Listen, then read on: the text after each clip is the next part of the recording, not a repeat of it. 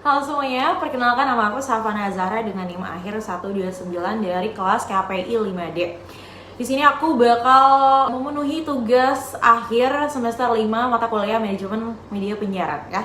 Di sini aku bakal review makalah dari kelompok 11 yang membahas tentang manajemen teknik dan teknologi media penyiaran, khususnya di era digital saat ini dan pasca analog switch off atau yang disebut dengan ASO di Indonesia. Menurut aku makalah ini cukup komprehensif ya, karena mereka nggak cuma jelasin secara teori dasarnya, tapi juga ngaitin langsung sama kondisi nyata penyiaran di Indonesia saat ini, terutama setelah migrasi TV analog ke digital. Jadi inti pembahasan pada makalah ini, kalau ditarik secara garis besarnya, makalah ini fokus dalam 3 hal utama ya. Yang pertama itu sistem perawatan penyiar ya, baik dari radio maupun televisi.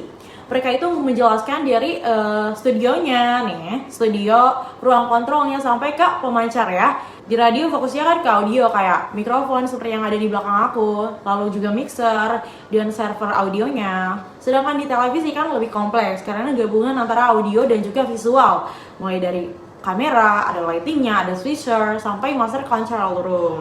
Dan yang kedua itu mereka membahas teknik dan proses penyiaran dari praproduksi, produksi sampai pasca produksi.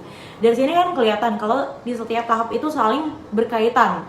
Kalau praproduksinya udah nggak rapi, pasti hasil akhir dari produksi sampai pasca produksi pun akan ikut berantakan juga. Dan yang ketiga, yang paling kuat menurut aku, mereka nggak cuman ngebahas inovasi teknologi penyiaran kayak digitalisasi ISO, multi-platform, dan produksi berbasis IP. Dan juga kelebihan makalahnya, menurut aku kelebihan makalah ini ada di alur pembahasannya yang runtut. Dari sejarah penyiaran, masuk ke sistem peralatan, lanjut ke proses kerja, sampai ke studi kasus ASO. Mereka juga cukup detail waktu ngebahas ASO sebagai studi kasus nasional, termasuk dampaknya ke pemerintah, lembaga penyiaran, dan juga masyarakat. Jadi nggak cuma teori, tapi kelihatan konteksnya di Indonesianya juga. Selain itu, pembahasan soal produksi berbasis IP juga relevan banget sama kondisi sekarang, apalagi di era multi-platform dan remote production.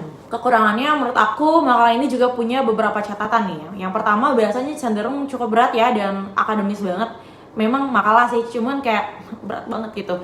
Jadi kalau pembacanya mahasiswa awal alias maba gitu, mungkin agak susah dipahami gitu kalau gak ada penjelasan tambahannya. Yang kedua itu studi kasusnya masih dominan dari sisi kebijakan dan sistem nasional. Akan lebih kuat lagi kalau misalkan ditambah contoh konkret dari satu stasiun TV atau radio tertentu gitu. Dan yang ketiga, beberapa poin pembahasan terasa repetitif, terutama saat membahas ASO dan juga integrasi internet. Dan yang terakhir, secara keseluruhan makalah ini udah cukup kuat secara isi dan juga relevansi dengan mata kuliah manajemen media penyiaran. Dari kelompok 11 ini berhasil nunjukin kalau manajemen teknik penyiaran itu nggak cuma soal alat, tapi juga strategi, SDM, dan adaptasi teknologi.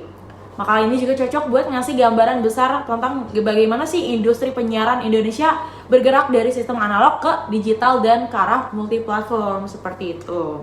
So, terima kasih banyak teman-teman yang sudah menyaksikan video review makalah dari aku ini. So, terima kasih teman-teman semuanya. Sampai jumpa.